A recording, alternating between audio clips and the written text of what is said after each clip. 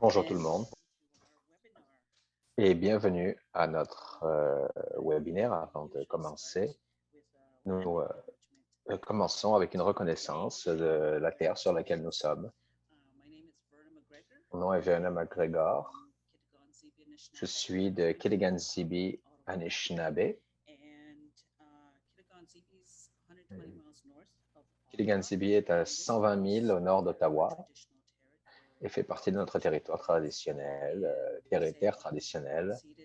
Et nous vous souhaitons la bienvenue sur notre territoire non cédé. Qu'est-ce que ça veut dire? Ça veut dire que nous n'avons jamais signé de traité pour donner notre terre. Et on parle toujours de la signification d'Ottawa pour rappeler aux gens que pour nous, on était connus pour nos canaux. Et notre système de clans est basé sur les rivières, le système de rivières. Donc, Ottawa, c'est au carrefour. La colline parlementaire est à la confluence de ces rivières. C'est la même chose pour les roues de médecine. Si vous allez dans une communauté de Premières Nations, vous voyez ces roues de médecine. Ça représente bien sûr les 4 directions. Et au centre, ça représente l'équilibre. Ça représente également le besoin pour un équilibre au niveau physique, mental, spirituel. Et c'est pour cela que nous nous réunissons aujourd'hui pour parler d'enjeux importants dans la santé mentale. Donc, avant de commencer, je vais juste faire un peu une purification. Et pendant que je fais cela, c'est aussi notre connexion au monde, la connexion du monde physique au monde invisible. Alors, c'est pour nous rappeler que nous venons ici pour apprendre des nouvelles choses, pour que nous puissions aider notre famille d'une bonne façon. C'est la connexion entre le monde physique et le monde invisible. J'ai aussi du tabac ici. Et ça fait partie de nos protocoles également parce que le tabac, ça a été notre premier cadeau. Et chaque fois que vous prenez quelque chose de la terre, il faut toujours donner un peu de tabac. C'est notre protocole sur la terre. Alors, je dis merci. L'aîné parle dans sa langue, prie dans sa langue.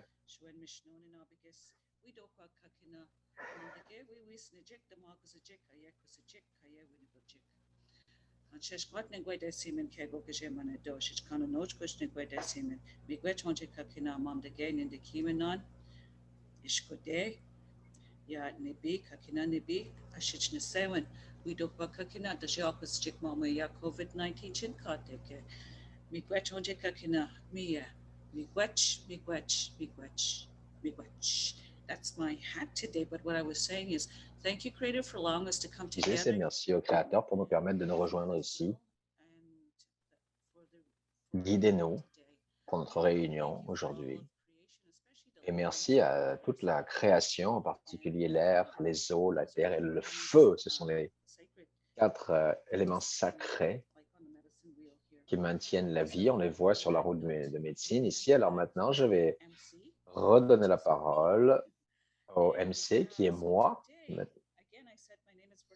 Alors, mon nom est Verna McGregor, encore une fois, de Kitigan-Zibi, mais je travaille également à Minwashin Lodge, qui est le centre d'aide indigène ici à Ottawa. On fait du travail de première ligne également. Donc, nous allons également présenter le 16 juin. Mais le webinaire aujourd'hui, nous aimerions remercier nos coparrains pour cet événement, qui est la coalition de santé mentale noire à Ottawa, la Minwashing Lodge, Ottawa Community Partnership for Health Equity, Prévention du crime Ottawa et le Conseil de planification sociale d'Ottawa. Alors, je vous souhaite la bienvenue à ce 3e segment de notre séminaire, répondre aux crises de santé mentale, apprendre des modèles à Ottawa et au-delà. Alors, avant de commencer, j'aimerais commencer avec la logistique, en particulier avec la fonction Zoom. Donc, si vous voulez accéder à l'interprétation française, vous pouvez cliquer sur le globe en bas de votre écran et vous verrez sur la barre outils de Zoom. Pour la participation de l'audience et pour s'assurer que des questions confidentielles peuvent être demandées et nous utilisons la fonction questions et réponses de Zoom pour cet événement. Et encore une fois, c'est en bas de votre écran. Vous verrez questions et réponses. Si vous cliquez sur l'icône, vous pouvez accéder aux questions et réponses. Vous pouvez taper vos questions. La portion de questions et réponses va se passer pendant la deuxième partie de cet événement. Encore une fois, si vous voulez accéder le transcript auto-généré, vous pouvez cliquer sur l'icône Live Transcript en bas de votre écran. Ça va vous permettre la transcription automatique. Et si vous trouvez ça trop distrayant, vous pouvez aussi l'enlever. Alors, dans cette session, nous allons continuer notre apprentissage sur le sujet des réponses aux crises de santé mentale. C'est important de noter que les communautés noires et indigènes, historiquement, ont été sous-servies et servies de façon inappropriée par les services de santé mentale. Ne pas avoir de bonnes options pour les réponses de crise de santé mentale est malheureusement une question de vie ou de mort.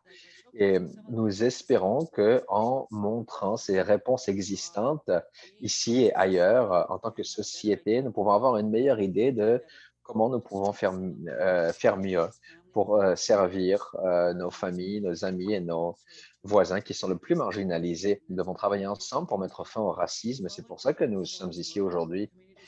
Après le meurtre de George Floyd, les communautés à travers l'Amérique du Nord ont cherché des meilleures façons de répondre aux situations avec des gens qui ont des problèmes de santé mentale. Donc, de la ville de Eugene, en Oregon, il y a un programme qui s'appelle Crisis Assistance Helping Out on the Street, ou CAHOOTS. C'est devenu un exemple, un modèle qui fonctionne depuis des décennies. Le travail de CAHOOTS a été dans les médias, dans le New York Times, la CNN, Vox et CBC. Nous sommes très chanceux aujourd'hui d'avoir Berkeley Kamine avec nous de CAHOOTS qui va nous donner une meilleure idée du programme CAHOOTS et répondre après ça aux questions et réponses. Alors, j'aimerais vous présenter Berkeley Kamine. Berkeley Canine, notre présentatrice, c'est une travailleuse de crise, une éducatrice et une organisatrice à Eugene, Oregon. Elle travaille à la clinique communautaire Whitebird. C'est une spécialiste en éducation. Berkeley a une maîtrise en art et 12 ans d'expérience à enseigner à l'université et au collège. Elle a 15 ans d'expérience d'organisation communautaire, incluant la facilitation, la formation, des ateliers sur des sujets tels que anti-oppression, le support de système nerveux, la déescalation et meilleure intervention des passants. C'est également elle pratique l'intelligence organique. Et elle offre des ateliers sur la régulation du système nerveux et des résolutions de traumatismes. Depuis 2016, Berkeley amène sa passion pour la guérison, la responsabilisation et la libération collective dans tout ce qu'elle fait. Et elle pense que tout le monde a le droit à la dignité et au bien-être. Sans plus attendre, j'aimerais souhaiter la bienvenue à Berkeley pour commencer notre présentation et j'ai hâte d'entendre votre présentation. C'est à vous, Berkeley. Merci, Aîné Verna, pour votre reconnaissance de la Terre et pour votre présentation. C'est un honneur et je suis très heureuse d'être avec vous aujourd'hui dans cette conversation. Dans cette conversation, je vais parler du racisme structural, de la colonisation et du manque de bonnes réponses appropriées aux crises de santé mentale et aux autres crises auxquelles nous faisons face pour être ensemble et explorer le travail que vous faites, vous aider à explorer le travail que vous faites tous, ce qui est un travail très important. Alors, je vous rejoins de Eugene, Oregon, qui est un territoire également de Première Nation occupée. Et je voulais vous dire un petit peu d'où vient ce travail, d'où vient la clinique Whitebird et nos programmes. Donc, c'est dans la ville de Eugene. It's really important to understand the Très history important de comprendre l'histoire de racisme anti-noir aux États-Unis, les lois qui excluent la communauté noire and settler colonialism and shaping et le colonialisme, bien sûr. the work that comes out of here and Bien sûr, le travail que nous faisons et le travail que les gens font pour essayer de transformer le paysage et travailler sur ce racisme structurel. Eugene, c'est une ville qui a à peu près 175 000 personnes. Le comté est 2250 personnes à peu près. C'est à peu près 83% de blancs et 1,5% de noirs, un peu moins de 1% de population indigène, 6% d'asiatiques, latinx, etc. J'ai grandi à Eugene, en Oregon. J'ai vécu dans la zone, dans la région de la baie depuis 20 ans. Alors, ma perspective, je repense à ces conversations sur comment on va se pencher sur les crises de santé mentale de façon différente, avec des réponses non policières. Je vais parler du travail de Caroots dans les dernières années et essayer de vous aider à comprendre les spécificités de Eugene, de l'Oregon et le type de loi progressive que nous pouvons avoir. Il vient d'avoir une loi sur la décriminalisation, sur la possession individuelle de drogue. Alors, la possession personnelle est décriminalisée maintenant et les fonds des impôts du cannabis sont dirigés vers les services de traitement de la dépendance, ce qui est incroyable. Et je pense que nommer les problèmes de racisme, ça aide à informer ces politiques, ces changements politiques et ces réformes et à les mettre en place. Les gens sont capables d'utiliser le racisme et la victimisation des gens de couleur comme des directives, si vous voulez, pour faire ces changements. Donc, je pense que c'est très important de nous situer et que vous sachiez d'où ce programme vient. Alors, l'histoire de Caroots, que nous avons commencé en 1989, nous faisons partie de la clinique Whitebird, qui a commencé, ça fait 50 ans. We have, basic philosophies of Nous avons une philosophie de base de service basé sur le client, un modèle de réduction des méfaits. Et bien sûr, nous travaillons sur le traumatisme également. Cela informe comment on fait tout notre travail et on veut reconnaître le fait que Caroots, c'est un seul programme parmi beaucoup de programmes à Whitebird. And the history of Cahoots. Alors, l'histoire de Caroots, ça a été formé en 1989, encore une fois. Like Whitebird Clinic was providing resources for unhoused. Ça donnait des ressources pour les membres de la communauté qui étaient sans abri, qui souffraient, qui avaient des problèmes de santé mentale, d'abus, de toxicomanie et de dépendance. Et on trouve que la police laissait déposer les gens à la clinique. Ils trouvaient que c'était un problème de santé mentale ou de toxicomanie, donc ils ne savaient pas quoi faire avec ça. Donc, on a commencé à remarquer que c'est quelque chose qui se passait. Whitebird a dit, qu'est-ce qui se passait si on avait une équipe de réponse mobile, une équipe mobile de réponse à ces crises? Il y a eu des réunions dans la communauté avec la sécurité publique et la police. De police, on a discuté de à quoi ça ressemblerait d'avoir ce service d'unité mobile qui pourrait être utilisé comme une alternative aux équipes de gestion des urgences et comment on pouvait accéder à ces services. Donc, ça a commencé, comme vous pouvez voir, comme un projet expérimental. Vous pouvez voir l'article de journal initial sur la droite. Et dans la dernière année, nous voyons notre Abani, notre coordinatrice de programme, qui parle de Caroots, et vous pouviez voir en arrière le funérail de George Floyd. On a eu beaucoup d'attention par rapport à ça. Et c'est la façon dont ce programme a été lancé de façon nationale et internationale pour montrer que oui, il y a quelque chose qui existe depuis 30 ans et c'est un des nombreux programmes. En fait, il y a 1 million d'expériences que nous devrions essayer pour ce qui est de créer une vraie sécurité publique communautaire. Alors, c'est une expérience qui existe depuis 30 ans. So this is just kind of the brief timeline of it is Ça, c'est juste l'historique bref. Donc, on a commencé avec 8 heures par jour, 5 jours par semaine. Après ça, on s'est élargi. Dans les années 90, on s'est élargi à 7 jours par semaine. Dans les années 2000, c'était le service de 24 heures. En 2015, on est passé à Springfield, on s'est élargi à Springfield.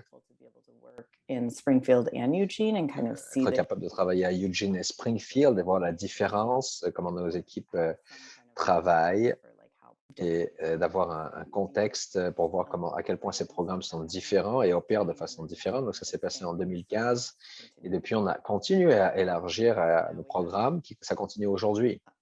Maintenant, nous avons 2 vannes à Eugene pour les heures les plus occupées, un service de 24 heures à Eugene et un service de 24 heures également à Springfield. Et nous avons des demandes pour élargir nos services tout le temps. Et on essaye de voir comment on peut stabiliser nos programmes pour être capable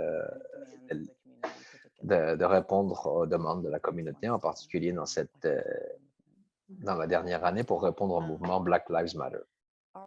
The way we do our work is La façon qu'on fait notre travail, making sure people understand that we're like free. on s'assure toujours que les gens comprennent que nous sommes des bénévoles. Le travail qu'on fait, c'est confidentiel. On dit qu'on fait partie de sécurité publique. Don't ever get, people are never in trouble with us. We're not like. On dit les gens ne sont jamais, on n'a jamais de problème avec nous. On ne représente pas la loi. Nous sommes des bénévoles. C'est comme ça si les gens ils ne veulent pas interagir avec nous, c'est comme ça qu'on établit la confiance. On dit, oh, vous savez, quelqu'un nous a dit qu'il s'inquiétait pour vous. Est-ce que ça va? On va juste s'assurer que vous allez bien. Et s'ils disent oui, ça va, et qu'ils ne veulent pas avoir cette interaction avec nous, pas de problème. On leur donne notre carte et on les laisse. And so that piece of being voluntary Alors, cette idée que c'est du travail bénévole, c'est fondamental pour bâtir la confiance. Ça va aussi dire qu'on ne peut pas emmener les gens de force, où que ce soit. Ça maintient la façon que nous sommes centrés sur le client et nous sommes là pour aider les gens et les aider avec. On compte beaucoup sur nos habilités de déescalader les situations de façon verbale et non verbale. L'évaluation du risque, comment est-ce que déescalade une situation. Notre approche est basée sur la compréhension du traumatisme. Et on cherche bias showing up. On va toujours examiner dans notre équipe les bias des gens, leur propre compréhension de la santé mentale. Souvent, les gens ont une vision un peu colonisée, colonisatrice de penser. Il faut comprendre aussi dans notre équipe la discrimination contre les gens handicapés, tous les biais qu'on pourrait avoir. Nous allons utiliser le moins d'interventions possible. Et j'aimerais te dire que ce n'est pas nécessairement ce qui marche le moins, mais c'est de comprendre que les gens sont les experts de leurs propres expériences et de leurs propres histoires. S'il y a un problème de santé mentale, les gens, tous les jours, font face à ça. Il y a quelque chose qui a poussé ça dans une crise, qui les pousse à la crise et ils ont toujours les meilleurs outils à utiliser. On veut être là pour les aider à utiliser ces outils. Basés sur leur vision, ce qu'ils considèrent qui serait la meilleure solution.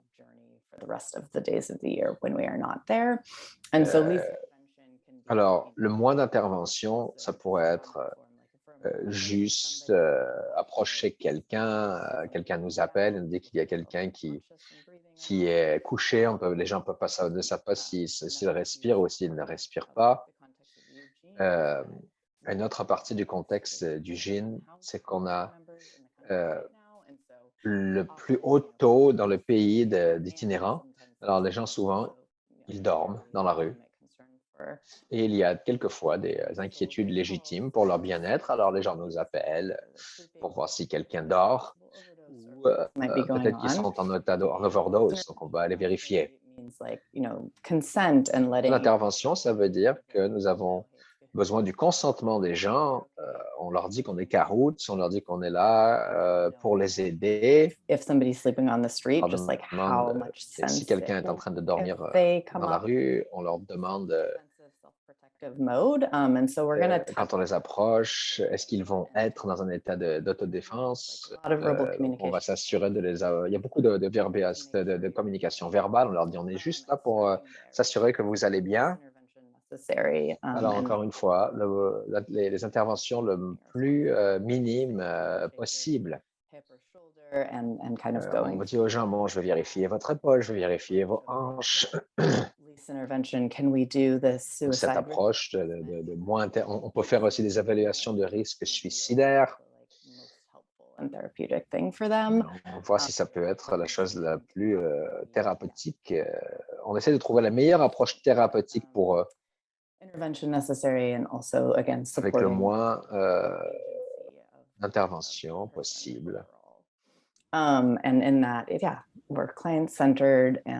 nous sommes centrés sur le client et on vient d'une position d'acceptance inconditionnelle sans aucun jugement.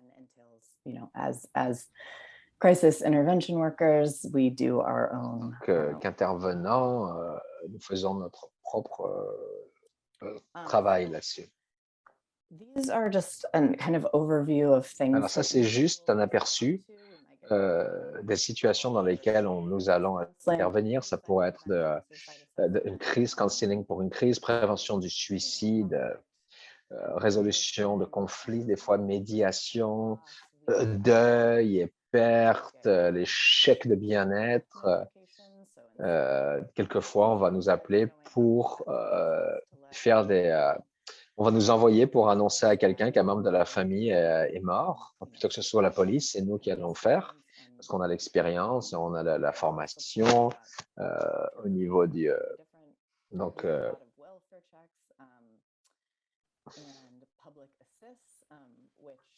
on fait beaucoup de... que ce soit un membre de la famille, un docteur qui n'a pas entendu parler de quelqu'un et qui s'inquiète pour cette personne, on va aller les voir. C'est ce qu'on appelle les vérifications de bien-être. Souvent, des fois, les gens appellent pour eux-mêmes.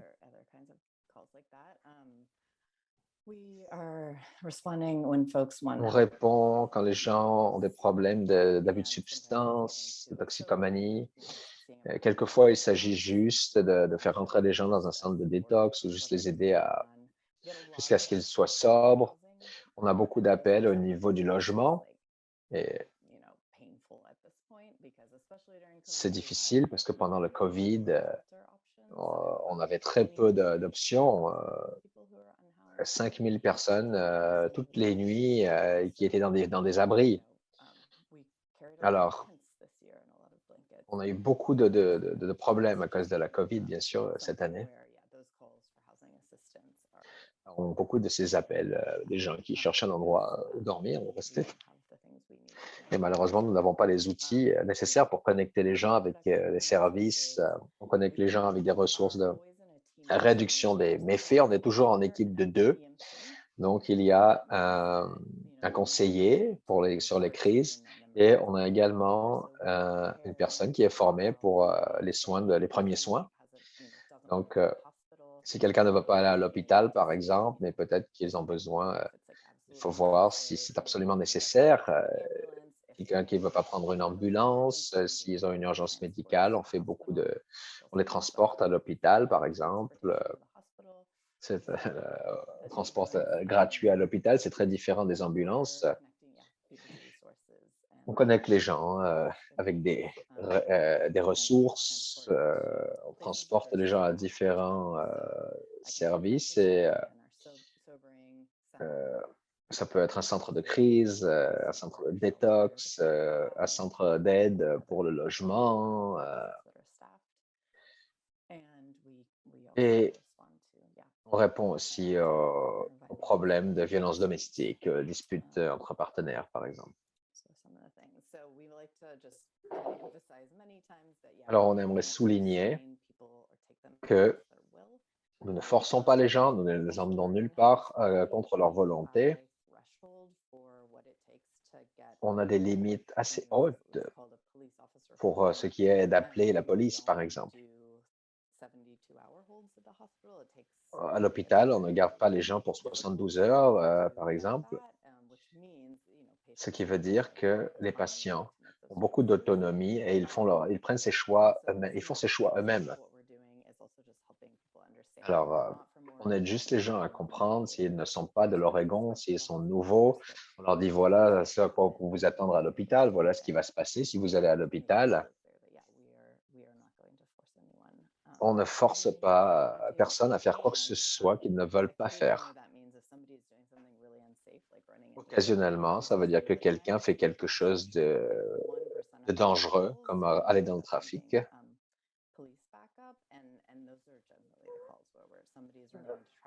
Quelquefois, on va rencontrer, bien sûr, les services d'urgence et on va s'assurer que les gens ne vont pas se faire du mal à eux-mêmes.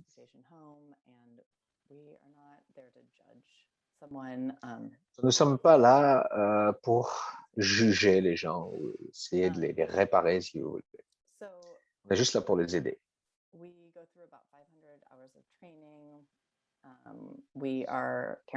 On a 500 heures de formation. Nous ne sommes pas armés, bien sûr.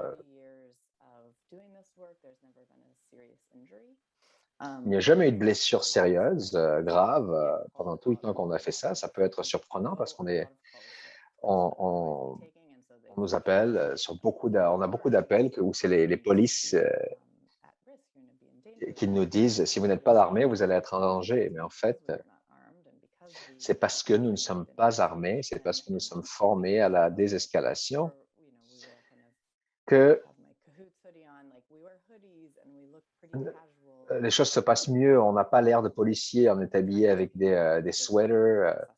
On essaye d'être très... C'est facile de communiquer avec nous. Et on essaie de garder les gens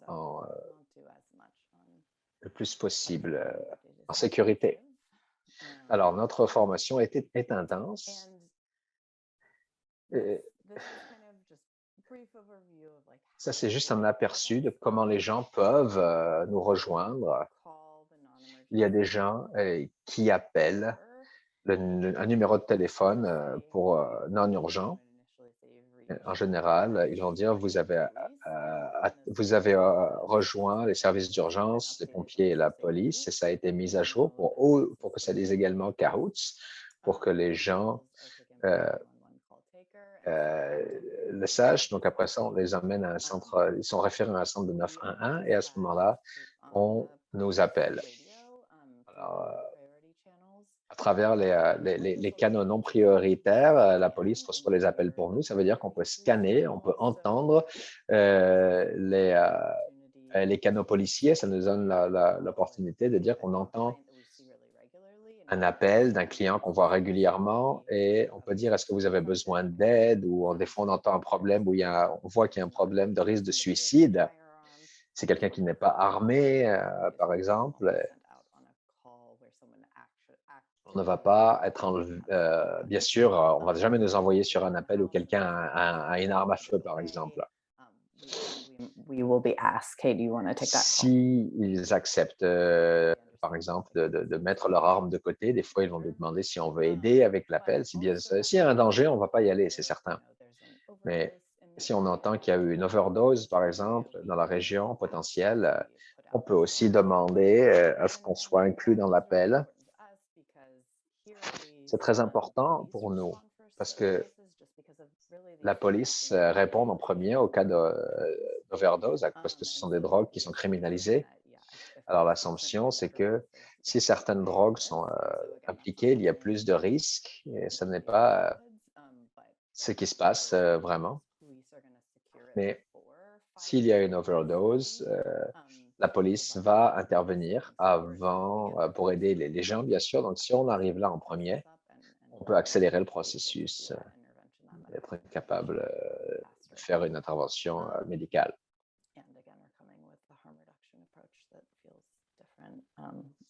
Donc, encore une fois, notre approche, c'est une approche de réduction des méfaits, ce qui est différent, on est là pour les aider, pas pour les mettre en prison. Il y a beaucoup de conversations sur à quel point c'est compliqué d'être intégré sur les radios policières. C'est compliqué. Et, être capable d'écouter les canaux des forces de l'ordre, être capable d'offrir notre assistance, c'est très important. Donc ça, c'est un peu le graphique pour vous montrer d'où proviennent les appels, les décisions qu'on prend, sur qui va répondre à ces appels. Souvent, des appels qui nous arrivent, qui pourraient nous arriver, ne nous arrivent pas parce qu'on est trop occupé et nos appels de priorité, c'est pour les suicides. Et si on parle d'élargir nos services, idéalement, on aimerait ne pas avoir d'attente, bien entendu, et d'être capable de répondre nous-mêmes à tous les appels plutôt que de passer par des agents de police. Alors, on fait des évaluations, on voit si on peut trouver des résolutions ou des références, on peut référer les gens dans d'autres services ou même les transporter à l'hôpital ou à des abris, par exemple. Au niveau de la sécurité des travailleurs, comme je dis, nous sommes formés sur la sécurité. Il y a beaucoup d'expérience sur comment escalader ces situations et évaluer si c'est dangereux ou pas d'aller quelque part. Quelquefois, on va dire aux gens, « Oh, vous avez répondu à la porte avec un couteau à votre main, mais nous, on est juste là pour s'assurer que vous allez bien. Si vous pouvez juste ranger ce couteau, à ce moment-là, on peut venir vous aider. » Si on était formé et armé et à identifier des menaces, évidemment, on aurait une réponse différente. On travaille toujours en équipe de 2, c'est énorme, c'est très important ça au niveau de la sécurité et la communication avec les partenaires, c'est très important. Les gens qui sont le moins confortables vont décider est-ce que nous voulons répondre à cet appel ou est-ce qu'on veut laisser ça aux forces de l'ordre, par exemple. On est en communication par radio pour appeler du renfort ou des ambulances si on a besoin, si c'est une situation médicale.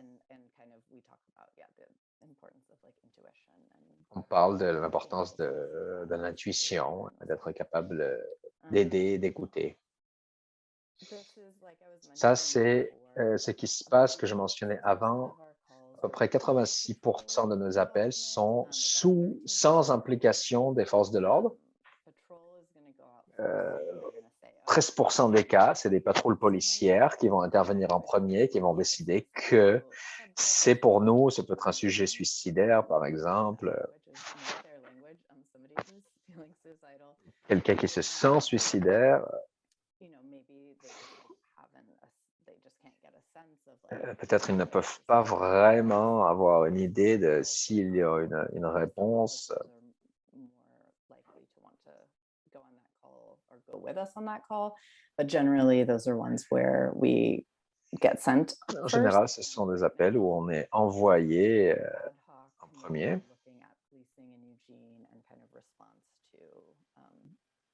Police violence, there's a push for cahoots for us to be able to respond first to any. Il y a maintenant un appel pour que nous soyons capables de répondre. Il y a plus en plus, nous poussons pour qu'on nous appelle en premier, pour qu'on nous laisse intervenir en premier. Et si on a besoin de renfort, c'est certain qu'on va l'utiliser. Mais il faut qu'on ait des services appropriés pour être capable de faire ça.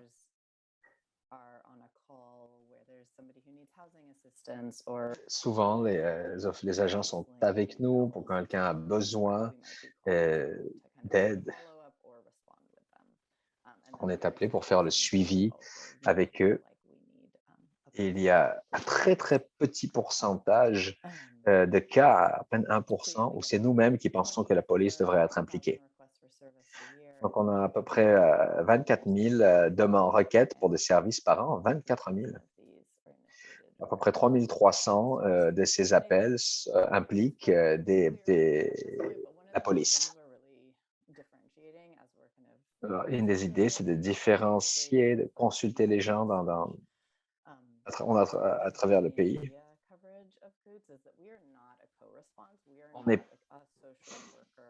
Nous ne sommes pas des travailleurs sociaux qui travaillons avec la police. On est complètement séparés. On est une entité autonome.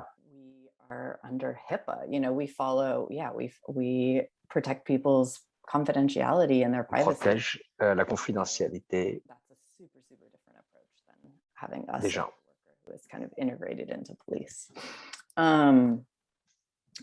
We get about 60 requests for service a day. That's going up. On a à And peu près 60 appels par jour community members de service. I think our name kind of suggests crisis assistance helping out on the streets, just like the language of on the Comme street notre nom leads some people to think that's mostly where we are, but actually about half of our calls are, across dans la rue. socioeconomic backgrounds in people's homes.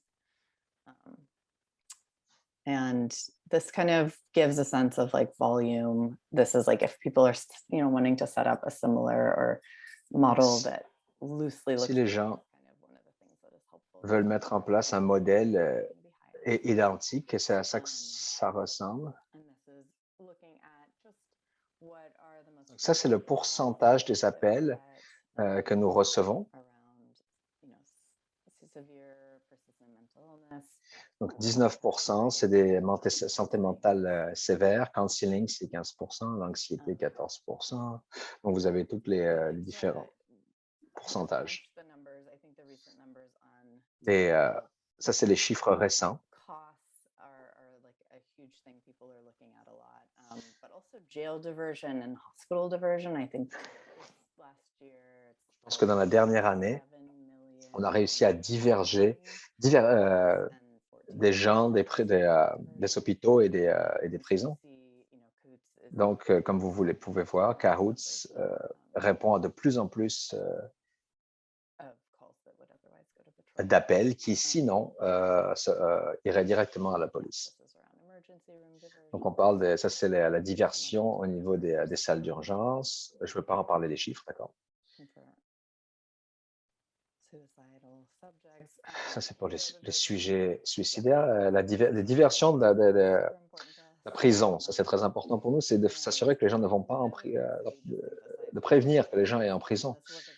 Et une des choses dont on parle, c'est des partenaires. C'est très important. Avec ce modèle, si vous n'avez pas des partenaires dans la communauté, si vous ne travaillez pas dans un écosystème de services sociaux et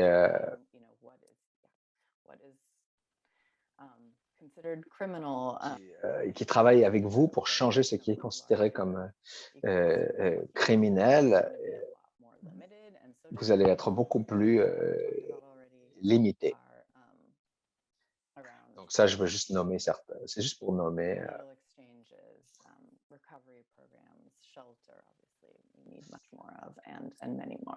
On travaille avec les abris, bien entendu. Donc je vais arrêter pour l'instant pour laisser du temps pour les questions. J'aimerais juste souligner que le travail qu'on fait, c'est vraiment basé sur la communauté. Alors, merci. Merci beaucoup. Vous avez probablement besoin de boire un peu d'eau parce que vous avez beaucoup parlé.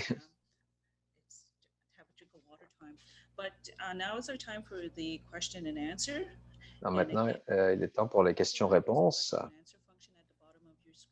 Il y a une fonction de questions-réponses en bas de votre écran.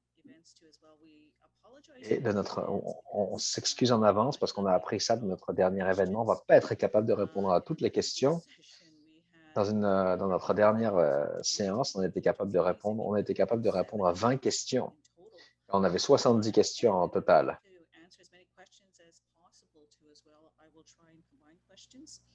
Alors, on va essayer de combiner aussi ensemble les questions qui sont similaires. On serait capable, donc, pour commencer avec la période de questions et réponses, de la coalition noire d'Ottawa et Minwashing Lodge, parce que c'est un problème important à Ottawa. De quelle façon est-ce que ce programme est efficace pour aider les gens de la communauté noire et indigène? Je pense qu'un élément important, c'est que Cahoots a reçu beaucoup d'attention sur comme une alternative à la police pour la réponse pour ce qui est de la santé mentale. That's only one part of what C'est police are responding to. un aspect seulement. And that there's still just like massive work and Il y a transformation. beaucoup de travail à faire, beaucoup de transformations à faire. In terms of our response, Et aussi par rapport à notre réponse, with le fait qu'on est allé travailler dans des communautés à New York, à Rochester, qui ont commencé récemment des programmes similaires, par exemple. getting to show up instead Et of juste être là, plutôt que la police, et leur dire, voilà, je suis là, parce que je ne veux pas que la police soit là. C'est ça qui bâtit la confiance, en fait, c'est le fait de passer au-dessus de la police. Diversity of folks on our team is it's La pretty diversité des gens qui travaillent sur notre équipe, ça nous permet de faire du travail très intéressant. Notre coordinatrice de programme, c'est une femme noire. C'est elle qui négocie notre budget, etc. Donc, on a des jeunes aussi blancs qui pourraient devenir des agents de police à un moment donné. Donc, c'est sûr qu'on a notre travail à faire en tant qu'équipe pour essayer de comprendre comment le rôle que joue le racisme systématique dans la santé mentale, dans les interventions au niveau de la santé mentale, de s'assurer que c'est compris. Ça donne une approche humble, une intervention qui prend en considération la culture des personnes. Et on a eu beaucoup de réponses, de rétroactions de communautés noires et d'autres personnes de couleur dans les dernières années. On essaye de vraiment bâtir ces connexions avec les communautés. Et bien sûr, on essaye de créer des façons d'accéder à nos services alternatives pour qu'ils n'aient pas du tout à contacter les services de police. Vous savez qu'ils ne veulent pas appeler le 911. Donc, juste ce travail, juste reconnaître qu'il y a du travail qui doit se passer. Le fait que c'est nous qui nous présentions plutôt que la police, en fait, c'est ça l'élément le plus important.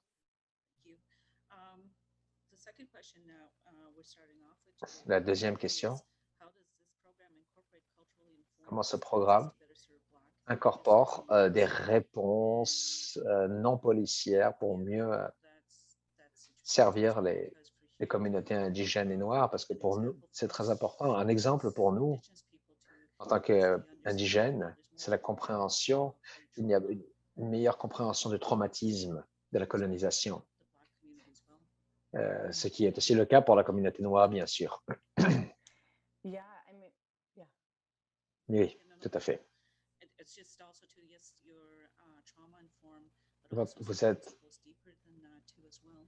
basé sur le traumatisme, et des fois, c'est plus profond que ça.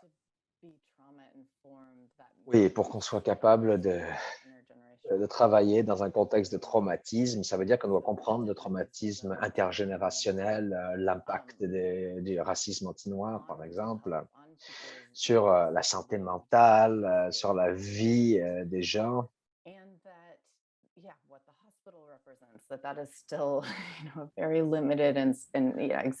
La présence essayer d'éliminer un petit peu la présence dans les hôpitaux, par exemple, essayer d'éliminer aussi la mentalité colonialiste, ce que ça fait à la santé mentale. What are different interpretations of psychosis? What are different interpretations of quelles sont les différentes interprétations d'une psychose? Quelles sont les différentes interprétations basées sur la culture de la santé mentale, la compréhension des cérémonies, la compréhension de la guérison communautaire? With, and I think that still to be client centered, to both recognize like we Alors, are rester quand même concentré sur les clients. On a des façons de continuer à apprendre de la communauté. On n'a pas à être des travailleurs sociaux, on n'a pas à avoir des diplômes. Ça, c'est vraiment un modèle qui est basé sur les pairs. On apprend le travail en faisant le travail.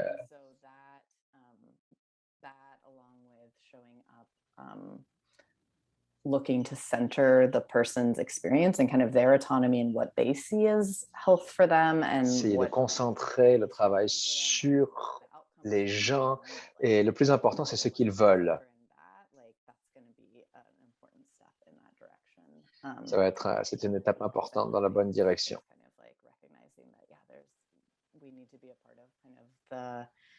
Collective challenging of colonial mindsets and mental health and decolonizing.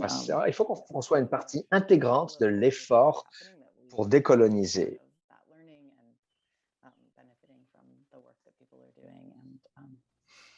Yeah, pushing our responses to be more culturally relevant and humble. On pousse constamment nos réponses pour qu'on soit plus humble et plus adapté à la culture.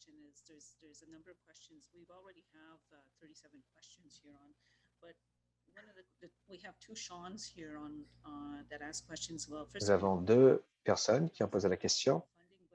Est-ce que vous pouvez nous parler du financement?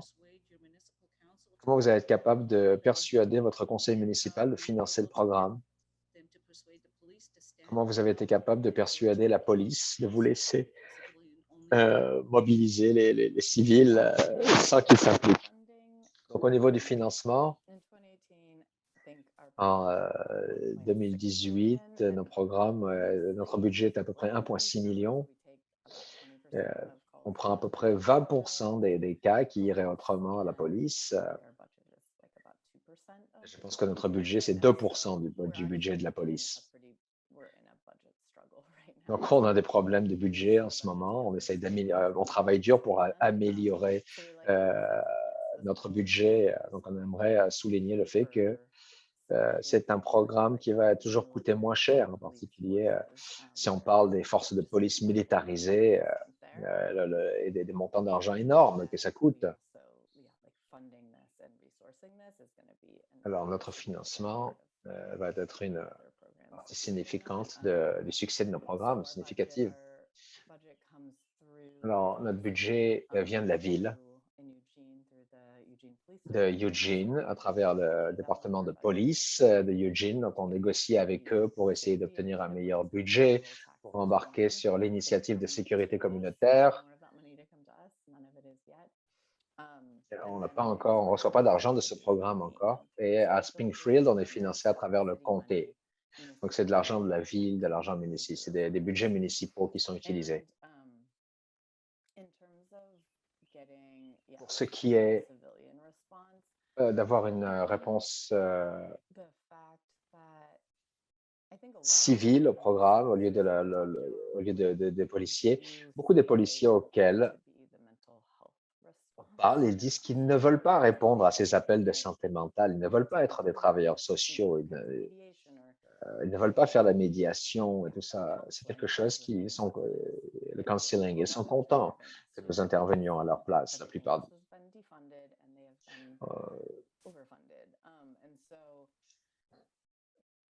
In kind of, asking for more funding, showing like, hey, this is what we're able to do with less money. On demande plus de financement, on est capable de montrer ce qu'on est capable de faire avec moins d'argent et on compte sur le fait que la police compte en nous, les services d'urgence comptent sur nous, les pompiers comptent sur nous, et de santé également, les paramédics, ils sont très reconnaissants du travail que nous faisons parce que ça les soulage du fardeau. on est capable de dire, oui, nous avons besoin de tel ou tel budget, nous avons besoin de tel ou tel montant d'argent. Mais on a eu 30 ans d'opération sans que qui que ce soit se fasse blesser. Donc, les liens de confiance qu'on a fait avec la communauté, on a des policiers qui vont nous demander, et est-ce que vous êtes confortable à intervenir sur cet appel, par exemple? Ils font confiance que nous allons être capables d'évaluer notre propre sécurité dans telle ou telle situation. Notre question, c'était comment est-ce que vous avez convaincu les politiciens? Mais je pense que ça, avec des bonnes données, on peut répondre à cette question. J'ai une autre question maintenant. On sort de la COVID-19.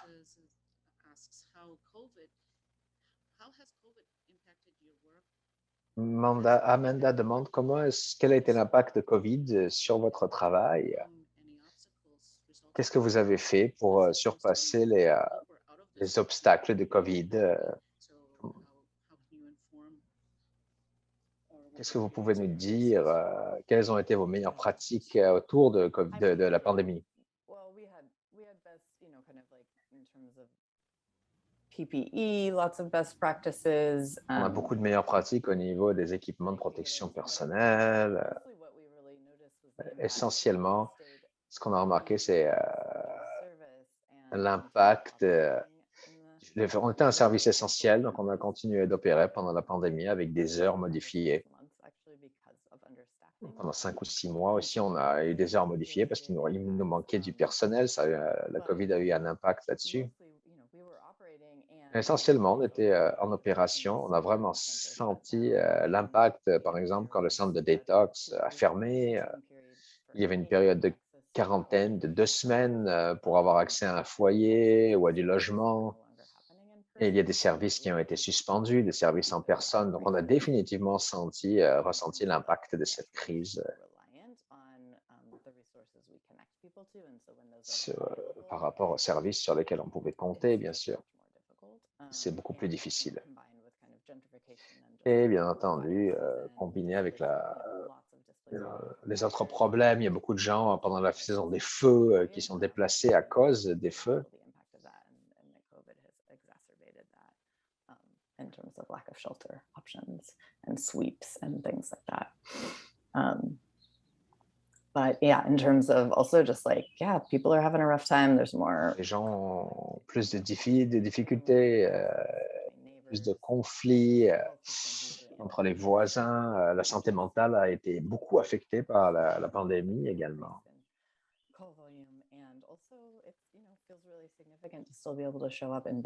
C'est important d'être capable d'être avec les gens dans leur maison.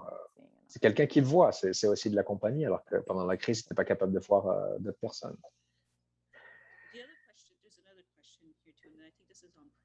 Il y a une autre question, c'est sur le processus. Si vous recevez un appel du 911 et pas la ligne d'urgence, est-ce que le dispatch va quand même faire un triage ou est-ce que les appels de 911 sont divergés vers vous? Donc, il y a plusieurs de questions par rapport au processus. Est-ce qu'il faut passer par le 911 pour accéder à vos services? Actuellement, oui.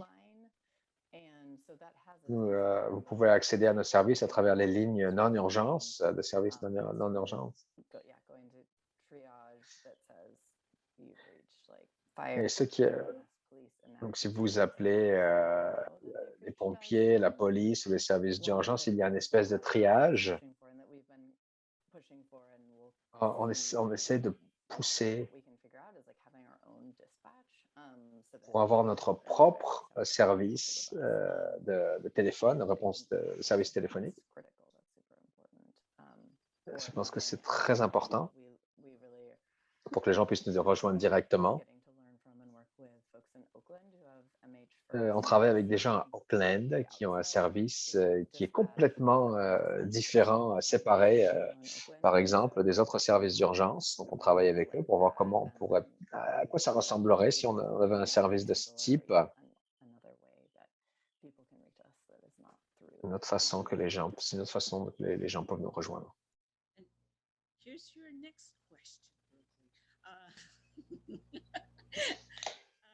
I'm going to combine questions here because I'm reading Je vais them combiner together. des questions parce que One of them is, une des questions, c'est your staff or quel people of color. pourcentage de votre Also, personnel too, sont as des gens de well, couleur? when you're responding to calls, Quand vous répondez aux is there a appels, paper trail when you see people, or est-ce is que it vous faites des just rapports quand vous voyez information des gens? Est-ce qu'il y a des données? Quel genre d'informations vous allez garder pour chaque intervention que vous faites? Mhm, mhm. BIPOC coworkers, probably about. Je dirais qu'il y a à peu près le pourcentage de personnes de couleur, 15 à 20% à Eugene peut-être de nos travailleurs. Bien sûr, on va continuer à travailler là-dessus. On sait à quel point c'est important, bien sûr, d'avoir des membres du personnel qui font partie des communautés.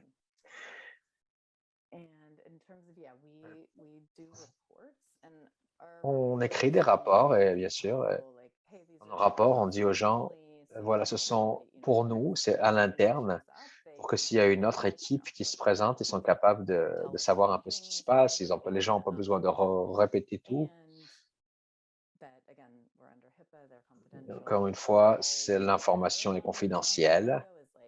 Tout ce qu'on partage à la radio, c'est peut-être qu'on est incapable de trouver quelqu'un, quelque chose comme ça, ou une demande d'assistance. Mais non, on ne partage pas notre information avec qui que ce soit.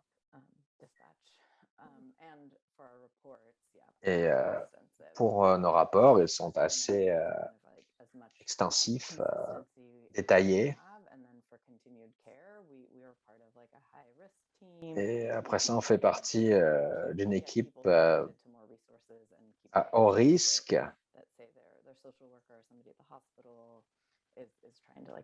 S'il y a quelqu'un à l'hôpital, par exemple, qui essaye de faire contact avec nous, donc ça va être inclus dans les rapports également. Donc, on garde des données pour différentes données pour différentes personnes, si vous voulez. Autre question?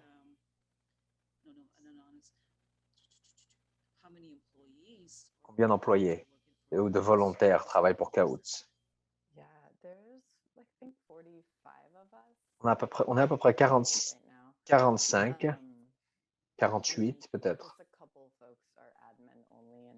Et il y a juste quelques personnes qui sont du côté administratif et qui ne travaillent pas dans les vannes.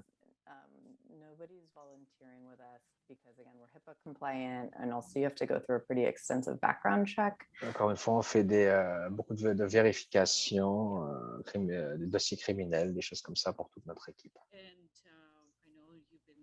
Et je sais que ça fait longtemps que vous êtes active, mais est-ce qu'il y a eu des difficultés avec la coopération avec la police?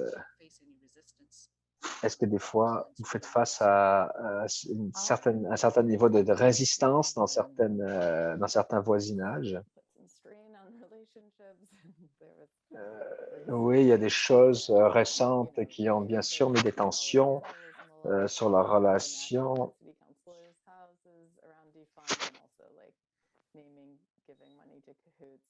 L'idée de définancer la police pour donner de l'argent à Kahoot, par exemple, il y a eu des tensions.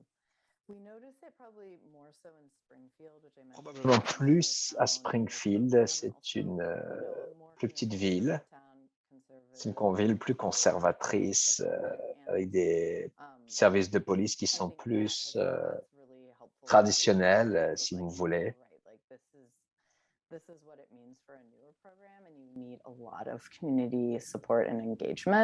C'est qu'on a besoin de beaucoup de mobilisation communautaire pour ce type de service. Pour déterminer comment les gens vont accéder à nos services, savoir ce qu'on fait. Et voilà ce qu'on a besoin. On a besoin de dispatch bilingue, on a besoin d'intervenants.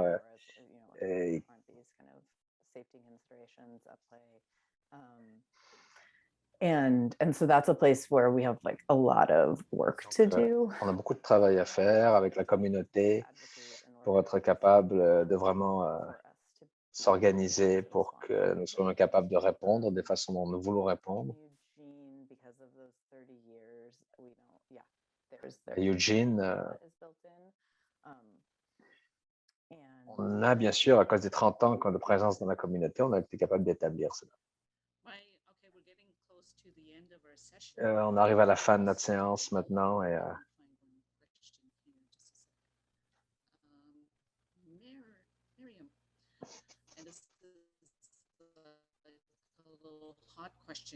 alors une dernière question.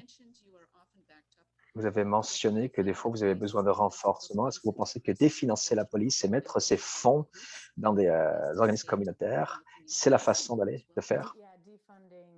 Définancer et réinvestir cet argent, oui, je pense que l'organisation communautaire,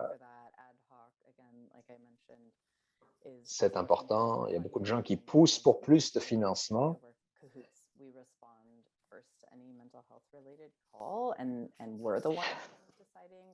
Ce serait plus important si c'était nous qui prenions les décisions plutôt que la police.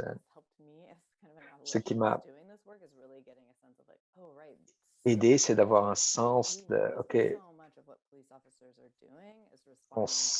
beaucoup de travail des agents de police, c'est de répondre à des appels qui sont plus dirigés, qui devraient plus être répondus par des travailleurs sociaux, qui ne sont pas vraiment le travail de la police. Donc, il y a beaucoup de ces appels qui rentrent, qui pourraient être divergés des services volontaires, non armés, des pairs. Donc, en Oregon,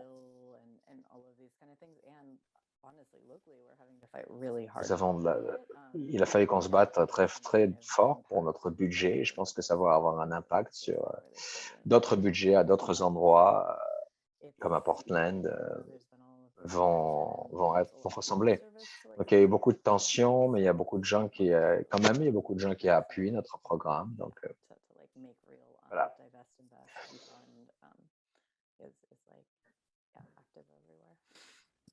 Je pense que c'est une question complexe. Je parlais à un agent de police la semaine d'avant et il a mentionné que quelquefois, c'est important pour nous quand on doit s'asseoir avec quelqu'un à l'hôpital, dans les salles d'urgence. Les salles d'urgence sont tellement pleines qu'on s'assoit pendant 36 heures, alors qu'on pourrait faire d'autres choses. Je pense que c'est pour ça que c'est bénéficiaire. Comme ça qu'on trouve un bon compromis. Donc, notre dernière question, parce qu'on a plus de temps, c'est la dernière question. Comment est-ce que les gens peuvent avoir une copie de votre présentation? Il y a des services de consultants qu'on développe pour aider les communautés qui sont intéressées par ça. Et je veux juste souligner l'importance de venir de la communauté. Il faut que ce soit des initiatives qui soient dirigées par la communauté et qui soient adaptées à la communauté dans laquelle ces services sont installés.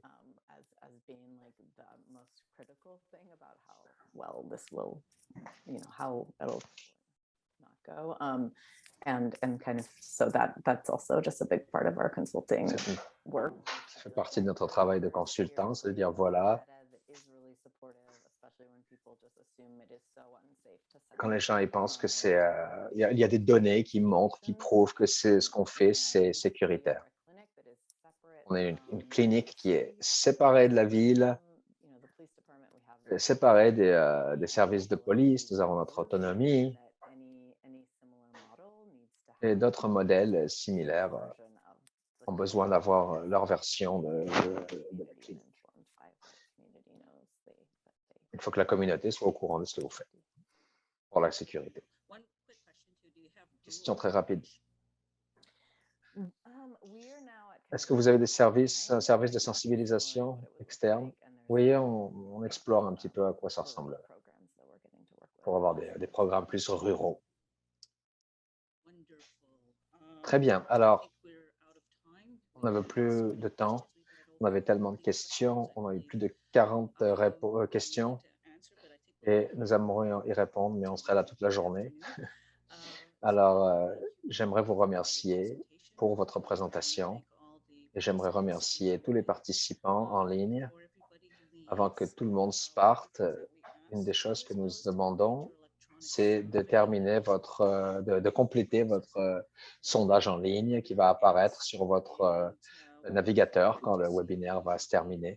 Alors, nous avons hâte de vous voir dans 2 semaines à notre prochaine séance. Alors, je remercie beaucoup tout le monde. Je dis miigwech, merci Berkeley.